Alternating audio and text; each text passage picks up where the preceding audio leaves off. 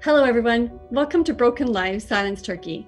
My name is Renee Vaugeois, broadcasting to you from Amisquichy, otherwise known as Edmonton, Alberta, here in Canada, where I serve as Executive Director of the John Humphrey Centre for Peace and Human Rights.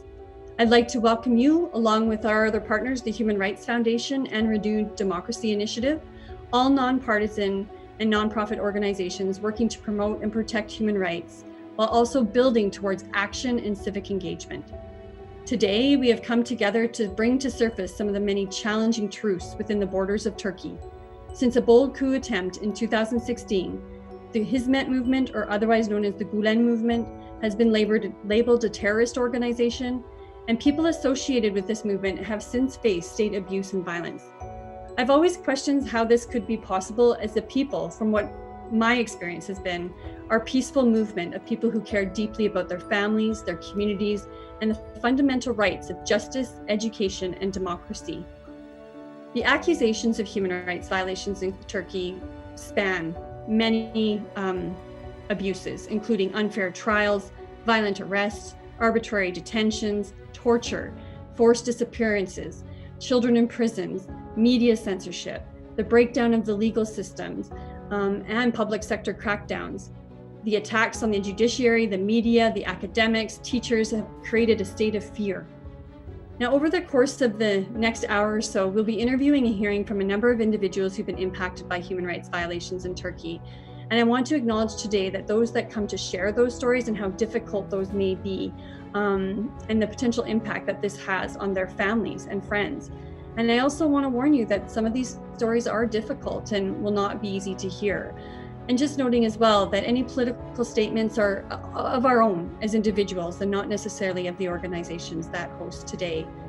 The struggle for human rights is alive and real in so many places of our world. And the most critical piece in the push to ensure the dignity and security of all is to bring to light the issues, to talk honestly about them and courageously, and find ways of working together to strengthen our shared humanity, but also our shared solidarity. And it's only through love that we can find this solidarity. According to the words of Fethullah Gulen, it is those who overflow with love that will build the happy and enlightened world of the future. Now more than ever, love needs to rise, and to love is to seek truth and to seek light.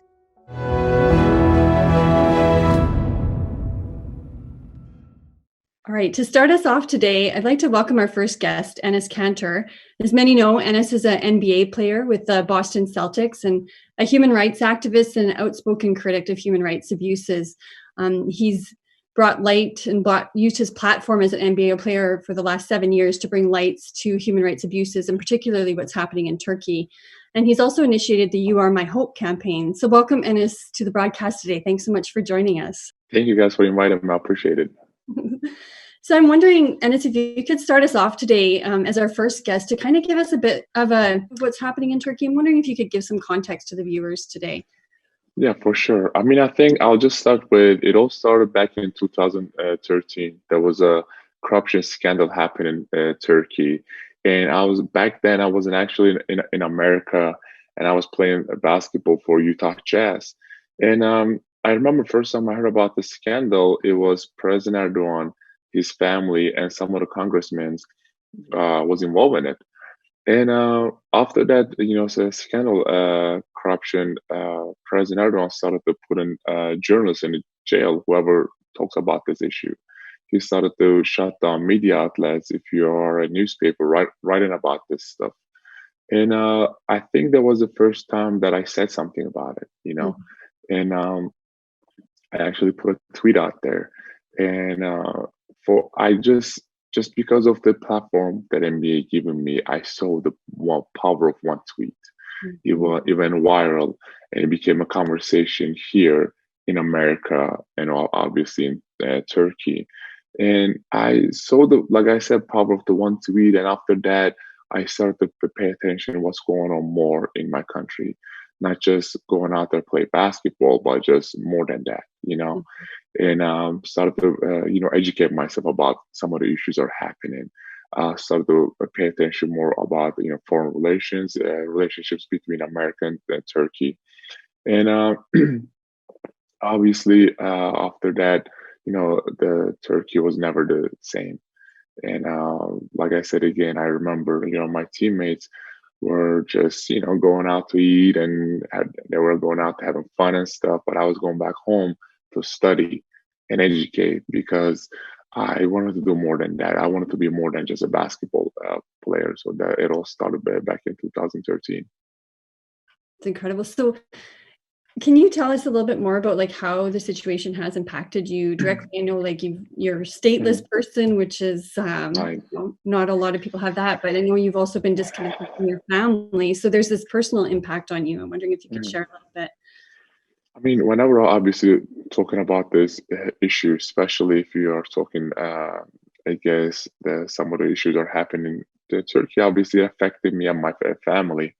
I remember it was back in 2016, 17.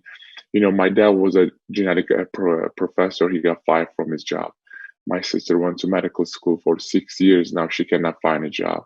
And probably the saddest one is my little brother was playing basketball in Turkey, and he wanted to become an NBA player one day. But he literally got kicked out in every team because of the carry the same last name as me. So they were just, and then the rest of my family was getting fired from their job.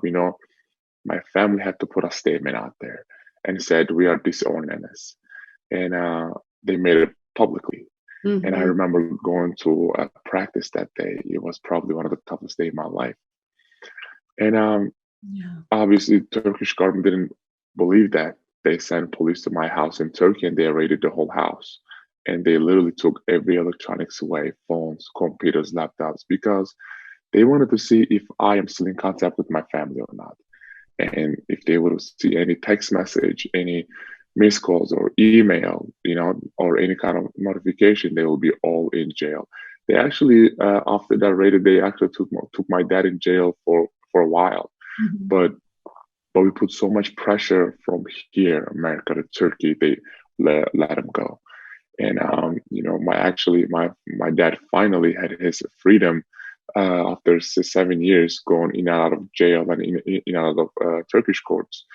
But I mean, after he got his freedom, my dad, I remember a lot of my teammates, a lot of my people that I know was texting me. It's like, hey, listen, you can focus on basketball now. You can, just have fun now. You can smile again. But like, people don't understand. Like, my fight is not over. It's just getting started because my family and my dad is only one.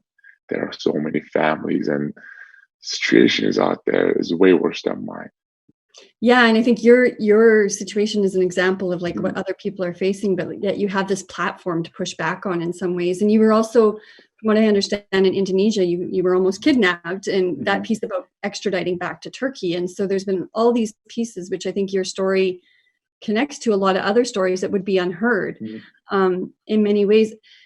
I'm just wondering, I want to ask you more about the You Are Hope campaign, but I was just one more question before that, though, is I'm just wondering, like, from my angle as a Canadian watching all this, it's been an interesting negotiation for me to figure out, like, why is this going on so long? Why is it so quiet in the world stage in terms of really looking at Turkey and understanding what's happening? And I'm wondering if you have, some thoughts on that. And like, it has been a duration of already 7 years almost. You started speaking out, and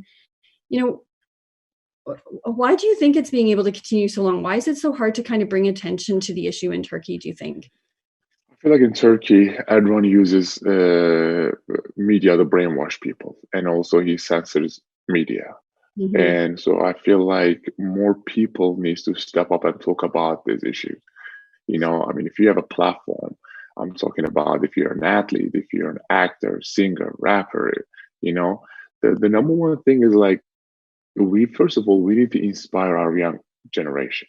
So when they grow up and they won't have the same problems we are having right now. They won't have the same problems we are facing right now. So I feel like, if you have a platform, use this platform to bring good and bring peace and love.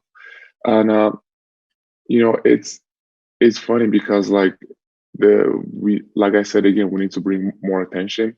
Whenever I have sit down with one of my teammates or coaches or someone from NBA or my friends from just actors or singers, whenever I sit down and talk about this issue, first thing they tell me is like, listen, dude, you are an NBA player. Why don't you just, and your family's back in Turkey, they're getting affected. Why don't you just keep your mouth shut, make your millions, and live a happy life? But like I said again, they don't understand because you guys know my story because I played NBA, right? But there are 1,000 stories out there. It's way worse than mine. Yeah. You look at in Turkish the jails right now, they're the number one country in the world that put the most journalists in a jail. And last time I checked, there are over 17,000 innocent women are in the jail, and almost like I think 1,000 babies with their mother. Yeah. And and there's so many reports out there. You look at Amnesty International, Human Rights Watch, Human Rights Foundation. These people are getting tortured and raped. And the latest news that because of the coronavirus, Turkish government decided to free all the serial killers, child rapists, human traffickers, smugglers, and thieves, mafia leaders. But they decided to keep all the political prisoners and journalists in the jail. I mean, this is unbelievable to me.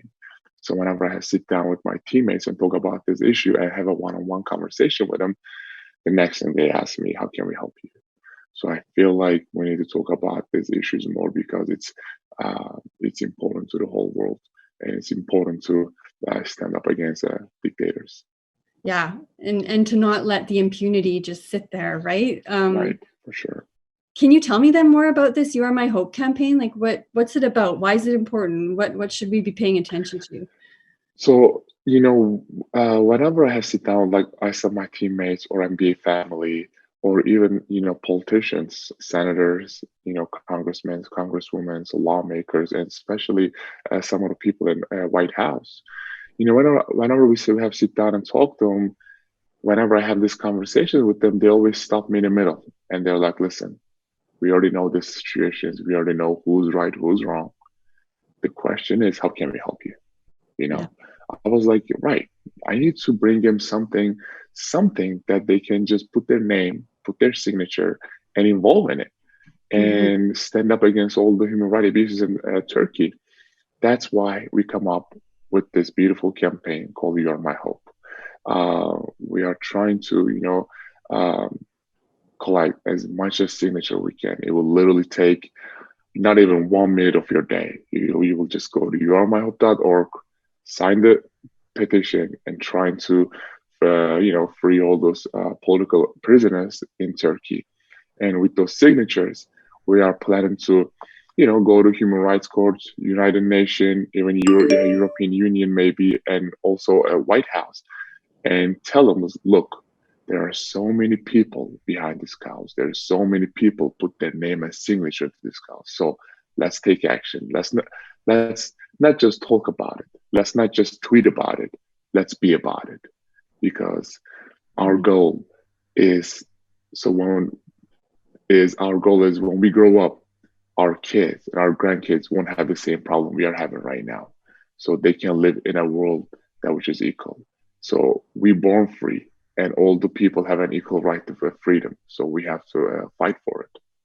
And we have to create this movement and bind together and come across our differences. And that, I think, the situation in Turkey it's fascinating because it's a pivotal space in the political geography of our world in so many ways. And it's interesting. So just one more question for you, Enes, is the other piece that I've been trying to wrap my head around a lot of times is the logic of pointing the blame at the Fethullah Gulen and the movement. What can you see as the logic behind that? Why is there a target to the Gulen movement specifically, do you think? Well, because that movement Gulen movement was the only movement that stand against the dictatorship in Turkey, because you look at all the journalists in Turkey, you look at all the media outlets, all the newspapers, all the people who has platform, all the celebrities, pick the dictatorship side because a lot of benefits, and they were scared to say anything. That's why I'm wearing this shirt. Silence is violence. And the Gulen movement was the only movement would say, listen, you're doing it wrong, right? And the Turkish government did not like that. And I'm just so very proud of them And I mean, about the Gulen movement, I try to visit, Mr. Gulen once, probably once a month before this coronavirus. And every time I go there, he always talks about one question: what can we do to make this world better together? Because he believes, it doesn't matter what your background is, it doesn't matter what your skin color, your religion, or your ethnicity, or what your background. The most important thing in life is leave your differences on the table and try to find what we have in common. I say this every time and people laugh, but we only have one world to live, till Elon Musk or, Jeff Bezos or somebody find another planet to live. This world is what we have. So let's focus on making this world better together. And he only, this movement only cares about education, because we believe there are so many problems are happening in our world right now because of uneducated people. And we're going to win this with education. And the one word really gets me is universal peace. Yes. And I love that you bring up education too, because I saw a quote of yours where you were talking about when you have a country that is like quashing and shutting down schools, how can we stand in silence around that? And I think that's the piece, and what you highlight is, not only is it media crackdown, it's public sector crackdown, it's, all these spaces in our education systems. And that's a longer journey of oppression in many ways. So I thank you so much for all you do for movement, but also raising human rights awareness about Turkey. I'm just wondering if there's any last thoughts that you want to share with everybody before we wrap up. I mean, the last thing I would like to say is whenever we are talking about these issues, I mean, don't get me wrong. I love my country. I love my flag. I love my people. I wish I could go back to Turkey right now and visit my family and my neighbors and my friends over there. Our problem is with the current regime in Turkey. And I am so proud of the people who are standing up against the dictatorship, because they're facing a very rough times. I mean, because Turkish government, I mean, if you're in Turkey and talk against the government, right, you'll be in jail. But if you're outside of Turkey, one of the things they do is the government uses their power to abuse red notice system, Interpol. So they will put your name on Interpol and try to deport you back to Turkey. And that is what they did to me. I was a Turkish citizen, and they revoked my passport, put my name on Interpol. Well, luckily, I'm going to become an American citizen next year.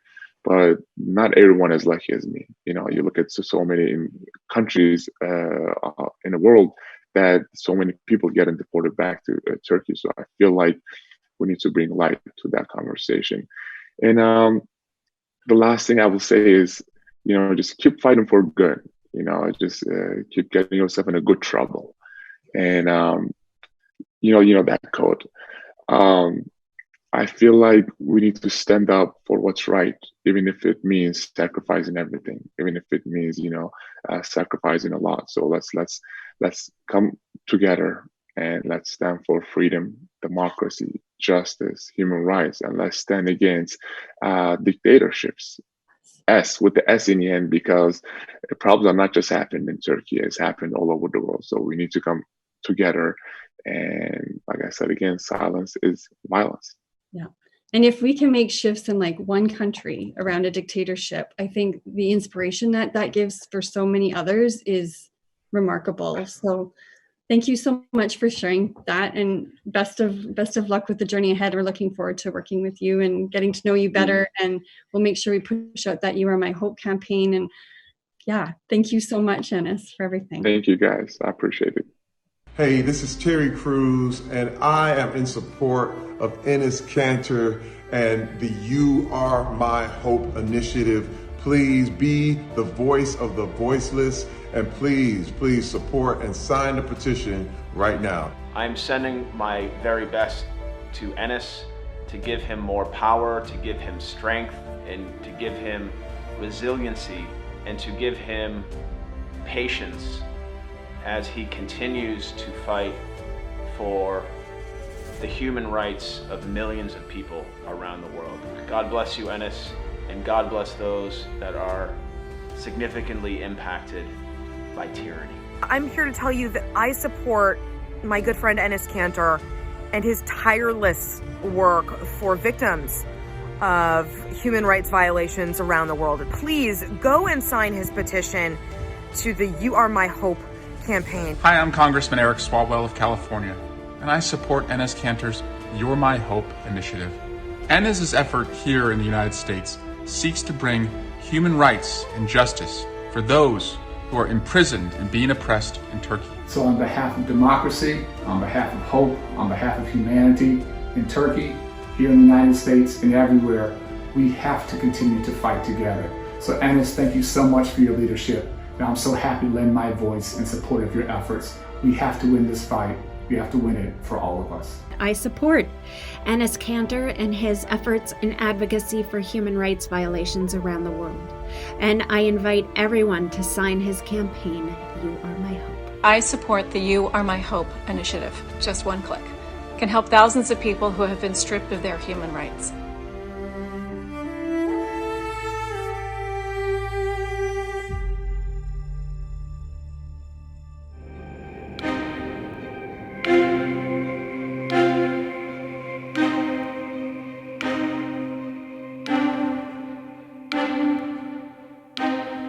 The Convention Against Torture and Other Cruel, Inhuman, or Degrading Treatment or Punishment defines torture as any act by which severe pain or suffering, whether physical or mentally, is intentionally inflicted on a person for such purposes as obtaining information or confession, punishing for an act one has committed or not committed, or suspected of committed, or intimidating or coercing, when such pain or suffering is inflicted by or at the instigation of, with the consent of public officials or other people operating in an official capacity. So the UN Special Rapporteur on Torture, Nils Menser, has expressed serious concerns about the rising allegations of torture and other ill treatment in Turkish police custody. Reported abuse includes severe beatings, electrical shocks, exposure to icy water, sleep deprivation, threats, insults, and sexual assault. And complaints asserting torture were allegedly dismissed in Turkey, citing a state of emergency decree. Omer Gergerlioğlu is a medical doctor, human rights activist, and a member of parliament for the People's Democratic Party in Turkey. He has dedicated his political career to fighting against human rights violations in Turkey, particularly in relation to torture. And we're happy to hear from Mr. Gergerlioğlu today.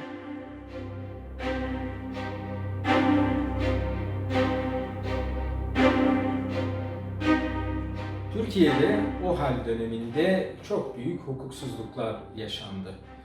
4 yıldır devam eden o hal Türkiye'de inanılmaz hukuk dışı, demokrasi dışı uygulamalara yol açtı. Darbe girişimi sonrası yüz binlerce insan işinden ihraç edildi. Haksız, hukuksuz uygulamalarla televizyonlar, gazeteler, dergiler kapatıldı. Türkiye daha da kötü bir demokrasi ve hukuk grafiğine ulaştı ve dünyada Afrika Ligi'ne düştü. Bunun sonucunda Türkiye'de tamamen otoriter bir sistem oluştu. Cumhurbaşkanı Recep Tayyip Erdoğan tek adam zihniyetiyle ülkeyi yönetmeye başladı ve yaptıklarından da kimse sorgu sual edememeye başladı. Sonuçta ne oldu? Yargı yürütmenin boyunduruğu altına girdi, yasama işlevsiz bir yer haline geldi ve Erdoğan'ın her geçen gün artan tek adamlığı ortaya çıktı. Bunun sonucunda o hal KHK mağdurlarına her türlü hukuksuzluğu yapmaya başladı. Adil olmayan yargılamalarla yüz binlerce insan işinden ihraç edildikten sonra cezaevlerine dolduruldu. Gözaltı merkezlerinde ve cezaevlerinde işkence, kötü muamele çok yaygın bir hal aldı ve çok daha kötüsü insanlar kaçırılmaya başlandı. Güpegündüz sokak ortasında insanlar kaçırıldı. 1990'lı yılların Türkiye'sine dönüldü ve insanlar aylarca kaçırıldıktan sonra emniyet müdürlüklerinde ortaya çıktılar ve bunların büyük bir kısmı kaçırıldıkları dönem içinde devlet görevlileri tarafından işkenceye uğradıklarını söylediler. Evet, işkence Türkiye'de maalesef herkese yönelik artan bir devlet şiddeti haline aldı ve sorgulanamaz bir durumda. İşkence yapanlar cezasızlık kılıfına bürünmüş durumda ve barolar bile bu işkenceleri ispatlayıp raporladığı halde işkencecilere hiçbir şeyin yapılmadığı, çocukların cezaevlerinde olduğu, biliyorsunuz en az 800 çocuk şu anda cezaevlerinde, kadınların, çocukların cezaevlerinde olduğu korkunç, karanlık bir Türkiye gerçeğini görüyoruz. Bütün bunlar için, demokrasi ve hukuk için hepimiz sürekli mücadele etmeye devam etmeliyiz.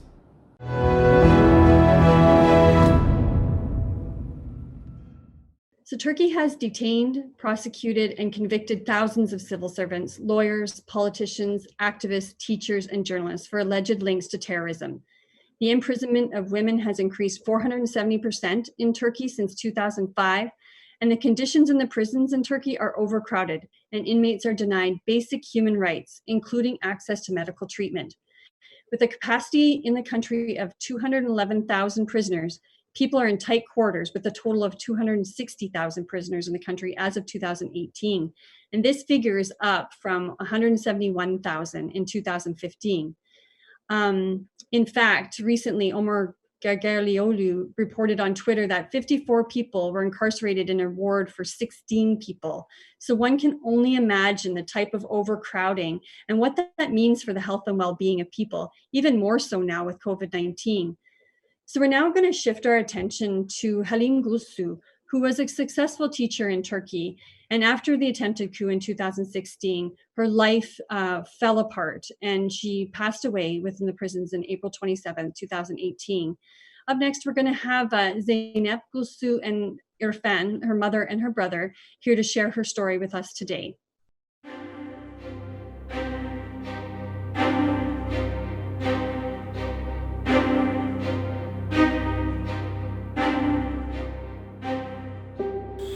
Liseyi bitirdiği gün, kan aldığı gün hasta oldu. Doktora götürdük, lupus teşhisi koydular. 3 sene lupus tedavisi gördüm Mersin'de. Olmadı, çok tedavi olamadı.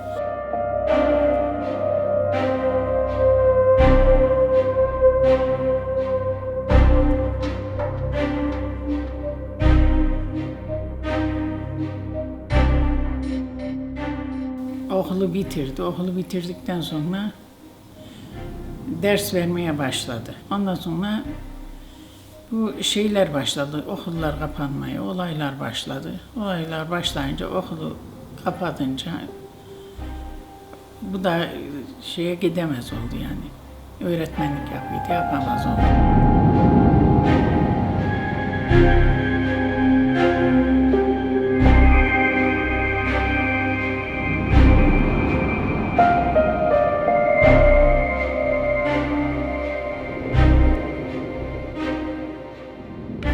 Mersin'de de mağdurlara yardım ediydi. Suçu bu yani. Annem tutuklanma haberini kendisine verdiğimizde eyvah dedi, o hapishaneden çıkamaz dedi. Çünkü hastalığının hassasiyetini biliyordu.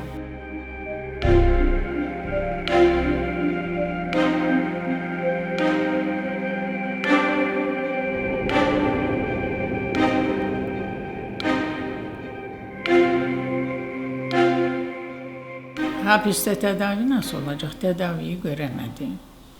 Bakım olmadığından ben de her zaman soruydum. İyi falan değillerdi. 28 Nisan'da öldü diye haber geldi. Yıkıldım tabii. Hala da acısını unutamayayım. 2,5 yıl oluyor neredeyse.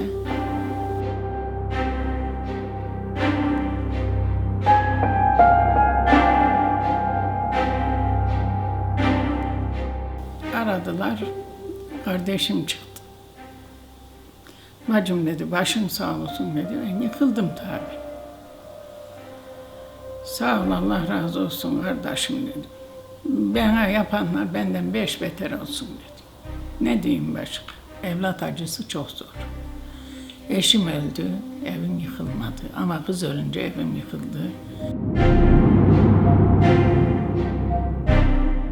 İnsanları profesyonel şekilde hapishanelerde sağlık hizmetleri kısıtlanarak, vaktinde müdahale etmeyerek öldürüyorlar. Bu çok açık, net bir gerçeklik. Kaç tane ağır hasta insan hapishanelerde adeta can çekişiyor ve bu insanlara en tabii insani yardım, sağlık yardımı, tıbbi tedavi imkanları gerektiği gibi sunulmuyor. Bu mevcut rejimin bir öldürme metodu.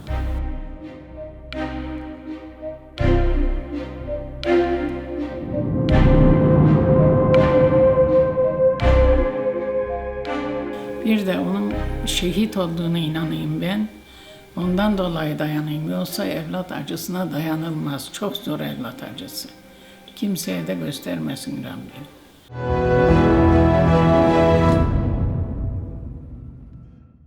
So we're very excited now to welcome Garry Kasparov to the broadcast. Born in Baku, Azerbaijan, in the former Soviet Union in 1963, Garry was the under-18 chess champion at the age of 12 and the world under-20 chess champion when he was 17. At the age of 22, he became the youngest world chess champion in 1985, and he won a series of matches against the famous Anatoly Karpov.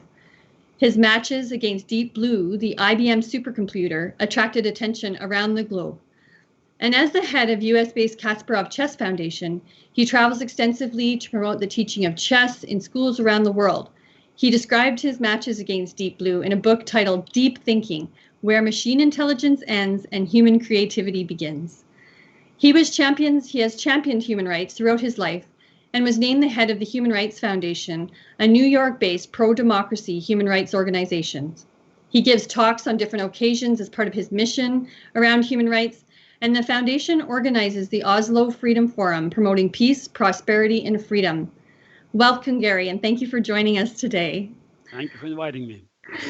So as you know, we're talking about the complex human rights violations and situations in Turkey today. And I guess my question to start us off is, from your perspective, Garry, how has this oppression in Turkey been allowed to happen and to continue? What do you make of this situation? It's quite a dire situation, and I have to say that 20 years ago I had big expectations for Turkey, as many of my friends in your country, because we all thought that Turkey was on the way to European Union, just to become a very strong secular democracy. And I had big expectations also to see Turkey as the first non-Christian nation to be part of EU and to refute the false assumption that democracy is it needs Christianity to thrive. It didn't happen, and we saw the reverse. Turkey was coming back in ages. Unfortunately, it followed up my country, Russia. And I have to say that Putin's success in turning Russia back from its democratic path convinced Erdogan that he could do something similar. It was very tough time, the first 20 years of this century for democracy worldwide, and the disastrous development in Turkey alongside with Russia, they contributed greatly to the setbacks that democracy has been suffering around the globe. I'm not calling myself an expert on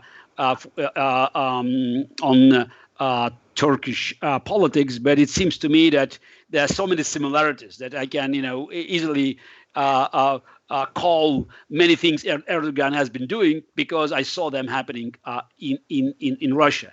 And it's not just one country that suffers from autocratic rule of a would-be dictator, but it's an effect on the whole region because Turkey is a major regional power.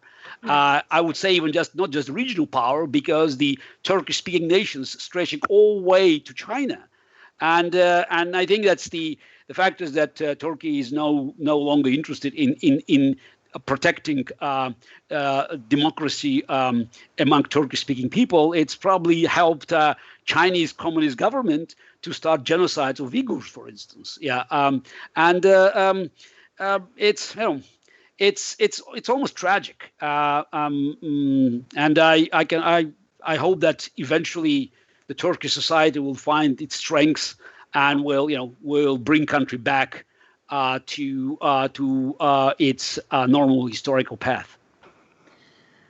Yeah, that's an interesting point about finding strength in Turkey right now, and it seems like all odds are against the people in rising in Turkey and having their voices heard. I'm curious, Garry, like what are your greatest concerns about the situation there, and how does that ripple out and affect the rest of us? Look, when you have dictators dominating in a certain region, and we could see that now the Middle East region, it's an arena of different dictators fighting for the spheres of influence, and the way they fight, makes ordinary people suffer because they don't care about human lives.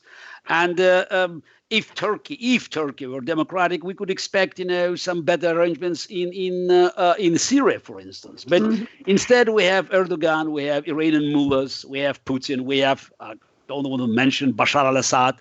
We have all these terrorist groups there, and all they just they've been doing is playing these games.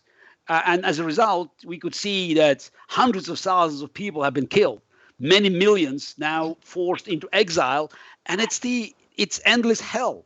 Nobody sees any exit strategy there, and a few American soldiers here and there, they cannot change the outcome. Turkey could have played a major positive role, but instead it's building its policy in the region just to satisfy Erdogan's magnanimous ambitions. And I'm curious, one of the things that's made me very curious about the situation in Turkey too has been the targeting of the Gulen and the Hizmet movement. And do you see any rationale? Why is that? Why are they becoming the target? Because any thoughts do you have on that one?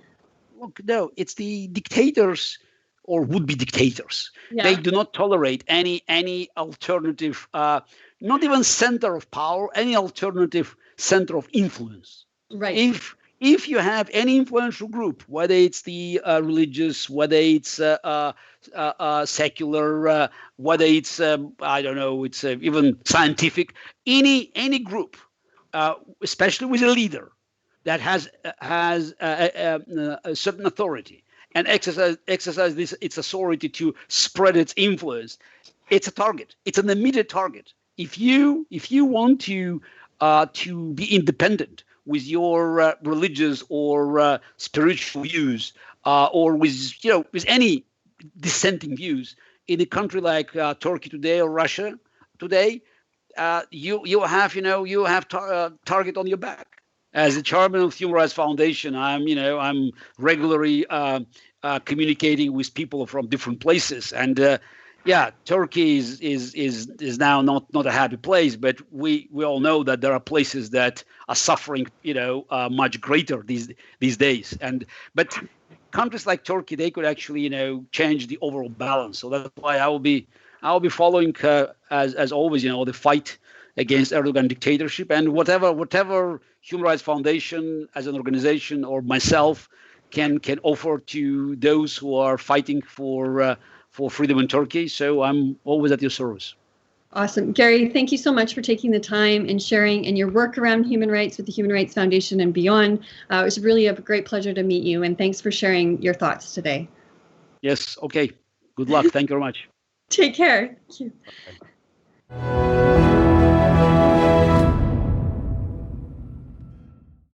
So to hear more about the condition and state of prisons and rights of women in Turkey, next in our journey today, we'll hear from Halime Gülsu. Halime is married with a daughter, and before the coup, she worked as a teacher for 4 years. And at the time of the coup, she was pregnant and gave birth 19 days following. A month and a half later, she was fired from her job, and a week later, she was detained with her child. And 2 days following, she was arrested despite having this 1-month-old at her breast. And she was detained for 11 months and 11 days in jail. Within this first month, her child became quite sick and they were isolated and their health continued to deteriorate. With the judge ruling her to a prison sentence of 6 years and 3 months, Rahime was able to flee Turkey, thankfully, and find refuge in Belgium, where she speaks to us today.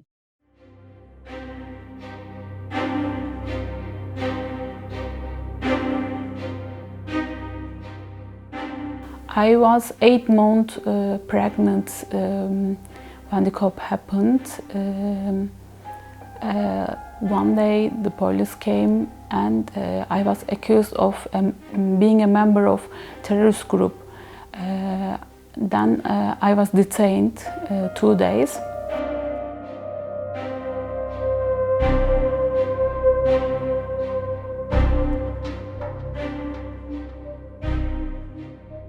I told the judge I had a baby just 1 month old, and also it's breastfeeding maybe.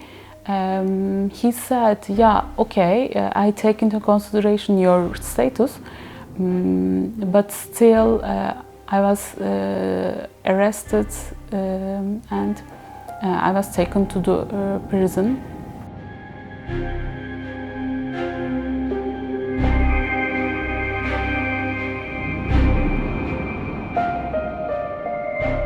When I was first taken to the prison, I felt myself so disappointed because I thought I never deserved this, because how can it be possible for a pregnant woman to join a coup or do bad things? Yeah, it's nonsense and it's not fair.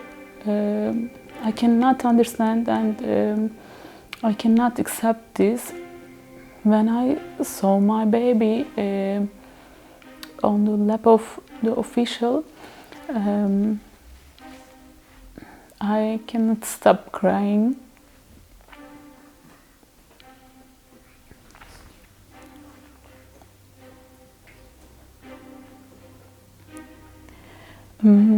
But later I thought I'm a mom and I should be strong.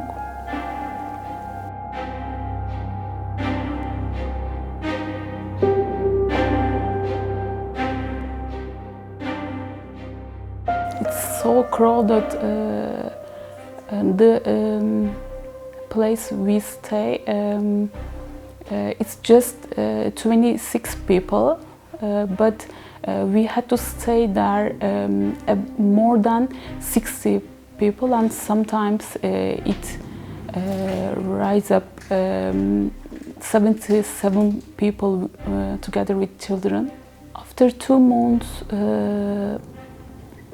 my baby got sick. Officials was taken to us sick room. It's a kind of locked room. We had to stay there about 5 months.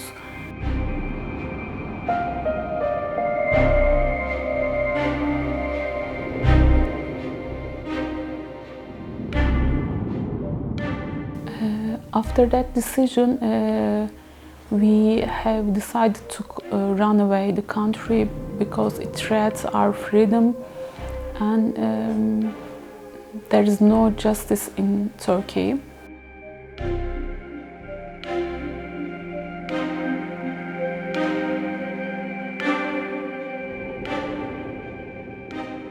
Right now, we live in a country in Europe. We got our residence permit and we all learn a new language and try to start a new life here. I hope justice comes in Turkey as soon as possible, because there are lots of innocent people in the prison.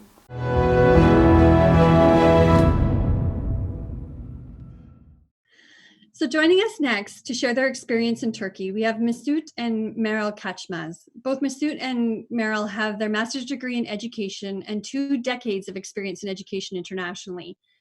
Their family was kidnapped on September 27, 2017, from Pakistan to Turkey, and from what I understand, was a collaboration of Inter-Services of Intelligence of Pakistan and MIT, the Turkish intelligence service. They were jailed for 9 months and released, and Meral also was held in solitary confinement for 7 months. Hello, Mesut and Meral. Thank you for joining the broadcast today, and it sounds like you've been through a pretty harrowing experience. I was wondering if you can maybe tell me a little bit more about what happened in Pakistan and that experience that you went through. Yeah. First of all, we were educationists in Pakistan, and everything was going smoothly till 15 July 2016, coup attempt in Turkey. And then things changed and up and down in Pakistan, unfortunately. I was as a director of public relations at public schools and colleges, and things changed after the coup attempt. So our visa have been expired September 2016, and by the Minister of Interior, we have been promised to extend the visa because there was no any problem. But in November 2017, Erdogan was planning to visit Pakistan. Just before visiting of Pakistan, Erdogan visit to Pakistan, 14 November 2017, we have received a letter from the Minister of Interior that they were not able to extend our visa without any reason. And we have received second letter, 16 November 2017. They have given order to leave the country within 72 hours. All Turkish families were supposed to leave within 3 days, 72 hours, immediately, without any reason. So we have rushed to United Nations to get protection certificate that we got 24th November 2017. And then we have been given a year to stay, to remain as official in Pakistan.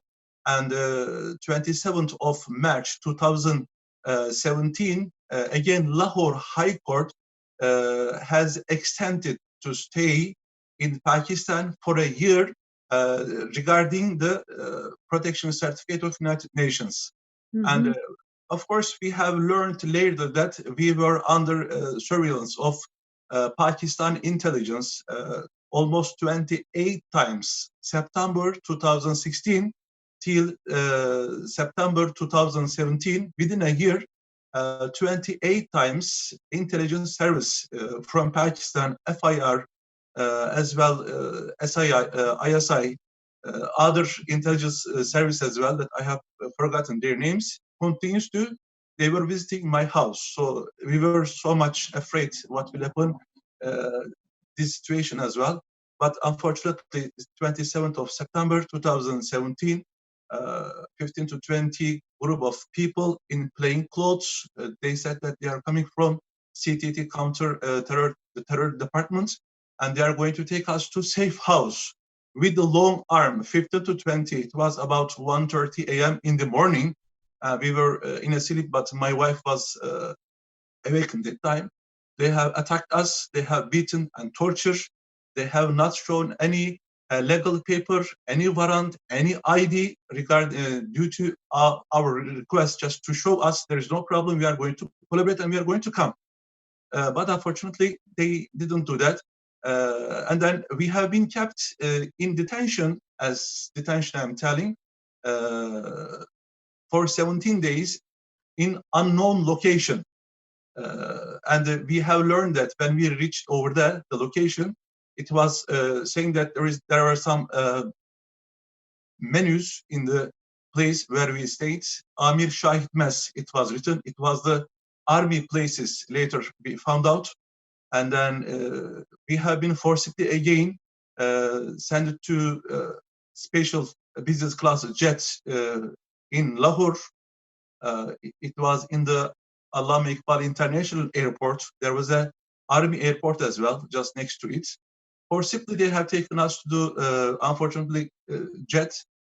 And then we have been taken to Turkey forcibly, torture, and till landing, I have been tortured a lot by the Turkish intelligence, as well ISI people during detention. And when we reached to Turkey, we separated them. They have separated us.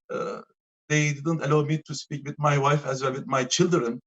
and by torturing, by abusing too much, then they have taken me to hospital to get the health report, and they have taken with the police because police were always with me. They didn't allow me to stay with the doctor alone. I have shown, but she didn't do anything.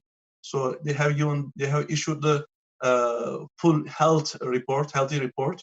And then I was detained for 3 days, and I was forced to sign the fake testimony. Otherwise, they are going to rape to my wife and my kids, my daughters, in front of my eyes. Even in the plane, unfortunately, they have continuously told me that they are going to do same thing in the plane as well, in front of my eyes. And they have told me you have only 3 days to leave, that after that we are going to kill you. I said, what is the reason? Reason is that, what I know, I have told them, what is reason? What's my guilt? What's my crime? And they were not able to say anything. And then I was arrested and then sent to the Silivri jail. And I was stayed over there for 9 months. And with the United Nations Arbitrary Detention Working Group strong advice to Turkish government to release us, then I have been released. But before me, my wife, thanks God that she was released 26th of April 2018. And then with the United Nations, I was released. Then this is our actually short story, and still our case is going on. As Mesut Kaçmaz, I was educationist and teacher, and right now currently I'm doing as a taxi driver. That's my short story. So my wife may continue. Yes, please, Meral. Actually, he summarized all the story, and what has happened is quite obvious, that we were totally kidnapped. We were not being allowed to talk to our lawyer. We were not, although in the Lahore court, it was ordered to keep us in Pakistan. The court himself ordered to the Pakistan authorities to keep us in Pakistan, but they even didn't listen their own court order, and they handed us over to a plane which is landed to Lahore in a midnight, and it was so you cannot imagine. You don't know where you will be taken, because in Pakistan it is quite popular to kidnap people for ransom, or to hand over to some intelligence services, or to hand over to the terrorist groups. That's why when we were held 17 days, we don't know what is going to happen us. We don't know if we will be handed over to a terrorist group to get killed, or we will be handed over. We don't know what might happen, because in Pakistan they were refusing to make us meet any lawyer. They didn't give us any of our legal rights.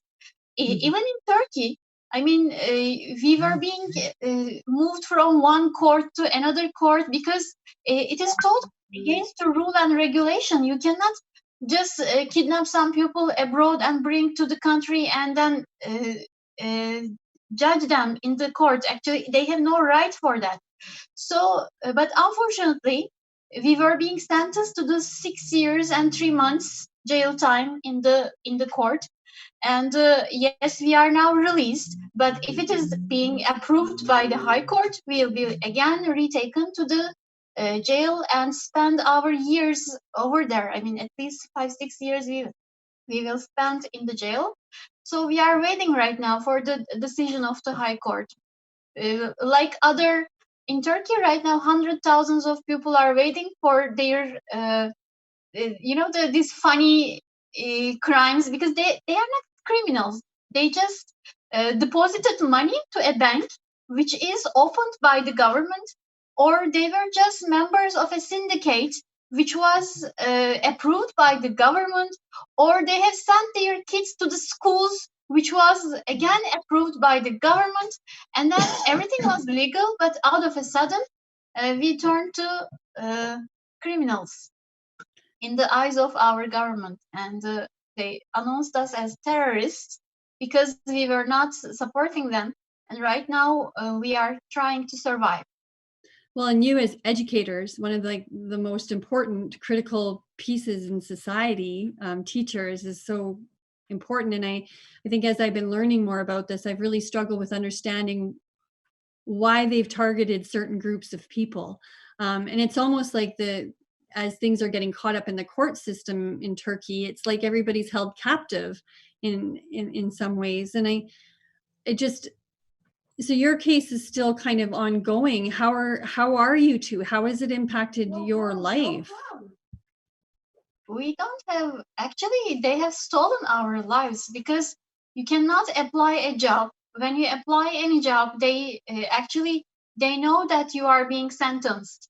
So nobody is ready to give you any job. And even your neighbors, because they know that if they greet you or if they are close to you, they can anytime be arrested, or they can be again, they have to pass through the same pathway which you passed through. They know you are innocent. And then they try to call you secretly, or they try to meet you in the midnight, or they, I have almost 11 cousins, and I was able to talk to only one of them after I was released from jail. And since 2 years, just one of them has enough courage to talk to me. So this is, even your relatives, they know you have done nothing wrong, but they cannot even talk to you. So you are totally abandoned, and then you are isolated in the society. And you cannot even meet with the people which pass through the same tragedy like you, because then you are again, they say that you are reinstalling terrorist group, and then they don't even allow you to meet with each other. And if you try to help the families of your prison friends, because some of our friends are still in prison, when you try to help their families, when you give food, only when you give food, you are again being labeled by the terrorism, and again you pass through the same phases. So people who are helping each other nowadays in Turkey, they take the responsibility, they take the risk to go through the same systematic same system again, and that's why people are just scared. We are scared. I want to share my experience when I came to Silivri prison, and then I entered the room, and the friends over there, they have told me, Mr. Mesut, welcome, how are you? I said, I was shocked. How do you know me? And I have seen all pro-government media TV channels. I have seen my news over there as international terrorists. Yes. International. And the next coming days, not only one day, every day with the different printing media, I have seen my news, my wife news as well, as international terrorist. And when I was released in my city, I had some very close friends, very, very close. And once visited with my wife, just wanted to visit them. And we have gone to their next door, and we have been rejected to see them because they were afraid if someone saw, and they could be also arrested due to our visit. We said that, okay, no problem. These are our friends, but I think this is the time to stay at home and not to meet and not to put the other lives in dangers. This is situation and allegation about Mr. Mesut. What was the allegation or accusation by the court? It is very simple. Depositing money, legal bank, okay? But it was wrong. And also in the first case hearing, the prosecutor asked the judge why he has made a mistake about written of allegation, because I didn't deposit the bank due to order of someone. So I was just saving my money and just depositing the bank. They have seen these details over there, and prosecutor was angry with the judge at that time. Sorry, prosecutor. Judge was angry with the prosecutor. And the other allegation, I have met with telephonic conversation with 3 persons. One of them was the very close friend of Erdogan, very close, as Erdogan's son called him as an uncle. So I have spoken with him. There is no details, madam. There is nothing, only date and the time, that's all. I said, okay, what did I discuss with them? It is not our case. They said, I mean, the judge said that it is not our case, but you have spoken with those people. I said, okay, but this is the friend or close friend of Erdogan. So how could you do that? This is the second allegation. And the third allegation about helping people, madam. Helping people right now is crime. It is in my file. It was written. And the fourth allegation is toward after schools and colleges. And I want to mention that ex-embassy of Turkey, Sadık Babur Girgin, has labeled us, and he has prepared report about me and about my wife. I have seen in the police station and written many things. You can give accusation about anybody, but you have to prove it. If there is any guilt or if there is any crime, you have to prove it. If you're not able to prove, you cannot do anything. I asked in the first case here, I asked the prosecutor, if you could please prove it. He said that he doesn't have to prove it. I have to prove that I am not innocent. I was kidnapped, tortured, and forced to fake testimony to save my family members. And then I was arrested.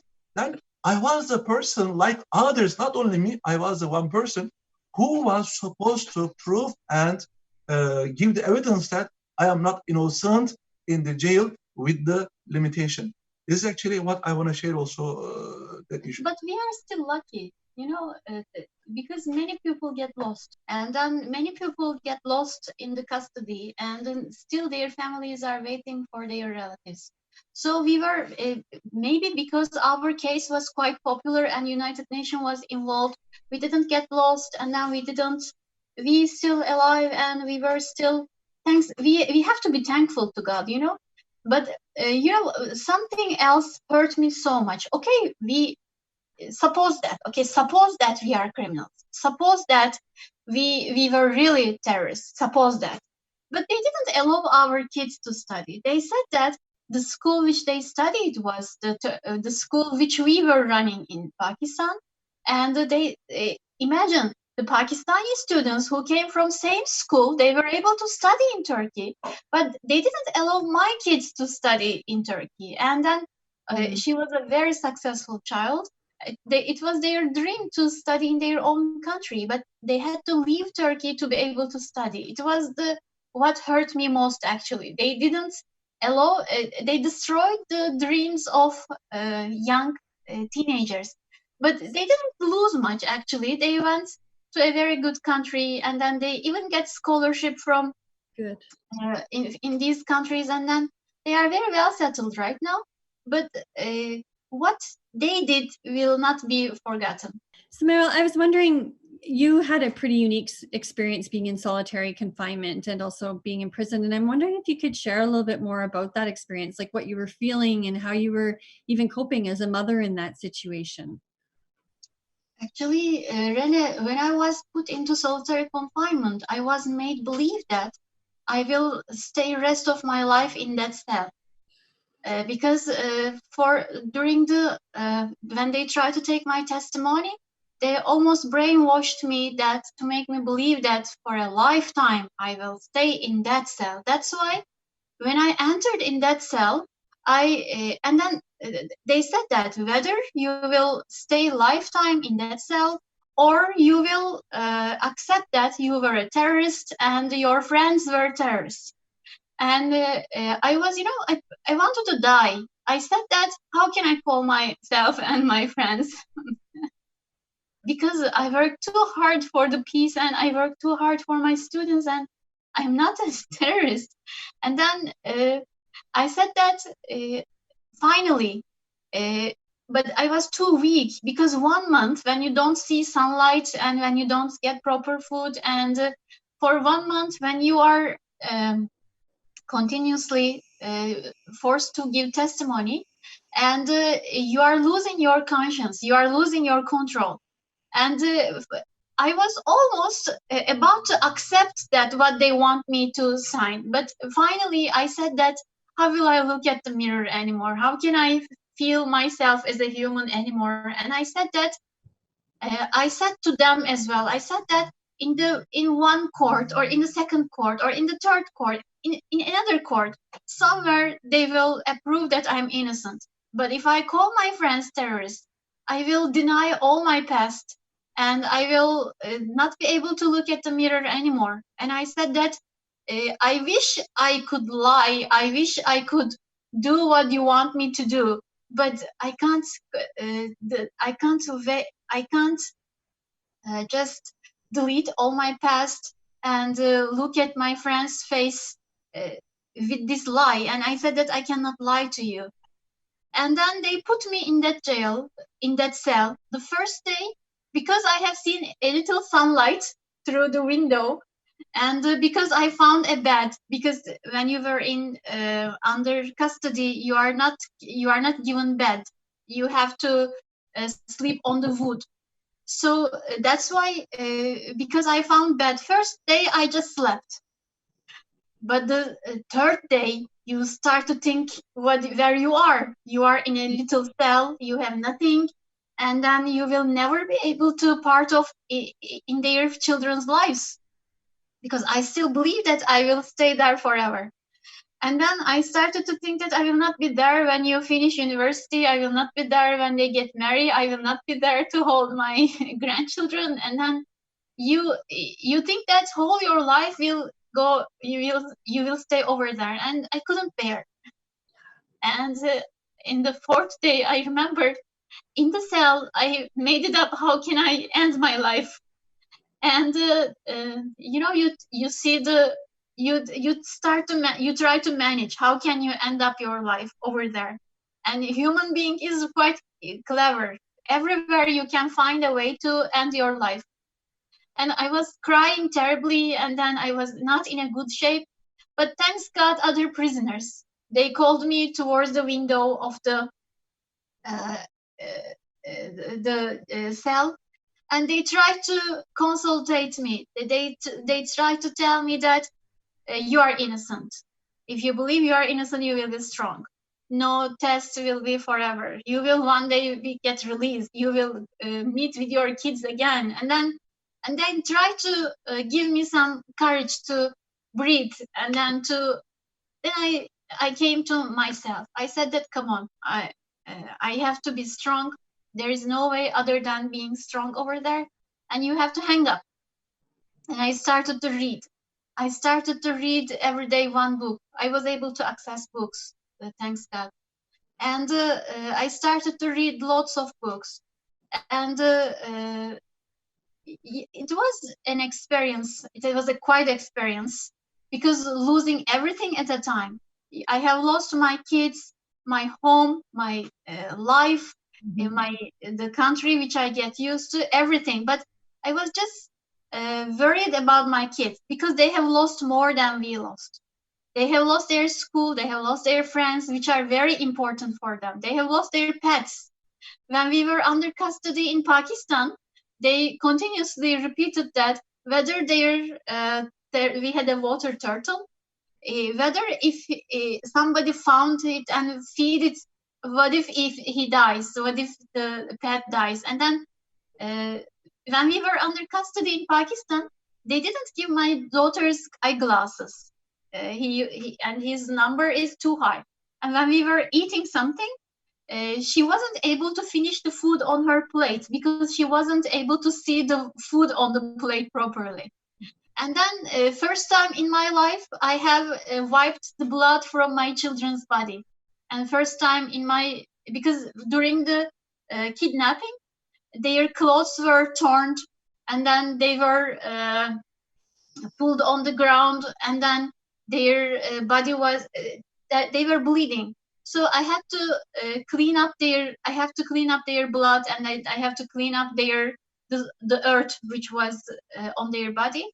And then, yes, we went through some experience, very, very bad experience. And I wish, but when I was in the cell, I was still thankful to God. I said that, thanks God, not my other friends faced to this. Thanks God, I was the one who faced this. Because if I think that one of my friend was in place of me over there, I would really, it would be much more devastating, actually. So yes. Well, you sound like you've had such a great, strong spirit behind you to help you drive through that. And I think what's interesting about that too is you've elevated your case to levels that people are watching you, and you have such resilience. And I just, my heart goes out to you both, and your children. I hope that everything goes good from here. Thank you. All right. Well, thank you so much. And thank you so much, madam.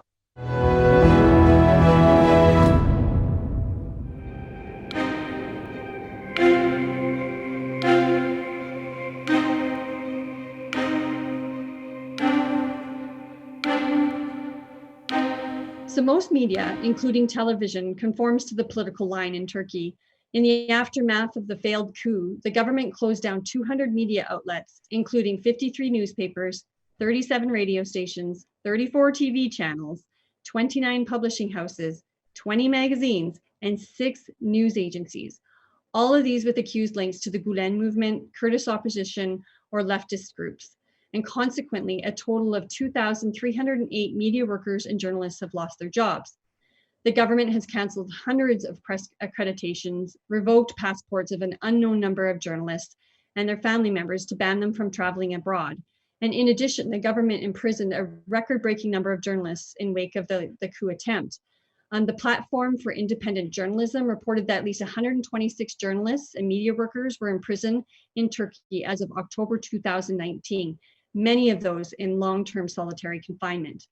The absence of freedom of expression is not only a recurring problem for journalists, but also for citizens as well.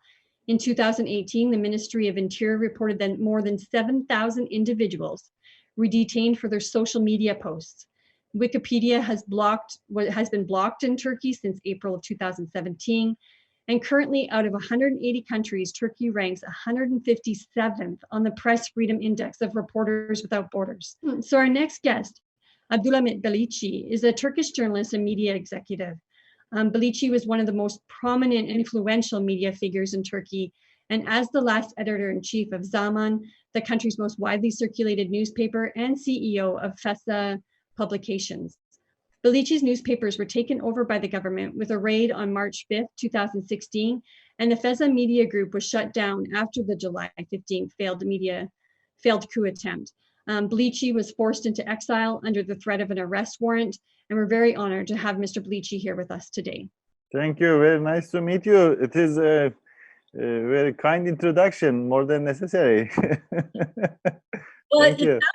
Sounds like you've had a pretty fascinating journey. I was wondering, would you mind kind of telling us or sharing a little bit more about your experience of what happened, and then maybe we could talk a little bit more about. I'm a journalist for over 25 years. So I did not study journalism. I studied political science and international relations at one of the top universities of my country, Turkey. And I joined just after graduating to journalism as a very different career that I did not imagine before. But it attracted me a lot. And I started as a reporter and learned the job in the job. I mean, how much I don't know I learned, but I tried to learn. And after 20 years, I came to the position of the highest position of these media companies. One was the news agency, Cihan, as you said in the introduction, and the other was Zaman Daily, which was the largest circulated daily in Turkey. Everything was fine. We were very successful, although we were a young media group in Turkey, which was started in mid-80s. So we don't have a huge history like BBC or New York Times. But it became very successful with some basic principles. So, for instance, one of the efforts that we were, the newspaper, the founders of this media was trying to help, was to fight against fake news. So this fake news is not the fake news that you hear in this debate started by Mr. Trump. This is real fake news. I mean, the stories that are made up. So this was one of the efforts that made this media, our media, very attractive to people. And the other thing was to support democracy in Turkey. When you think of Turkey, it is a country that has been categorized as a democracy with multi-party system after the 50s, 1950s. So we don't have a huge tradition of democracy. Before that, we had one-party system, and then before that, we had an empire. So, but this democratic tradition was interrupted 5 times in last 60 years with military coups. So the newspaper and the founders were put a big priority to bring Turkey into a real democracy. So for that, it brings me to the other principle that was very important for the media, to join European Union.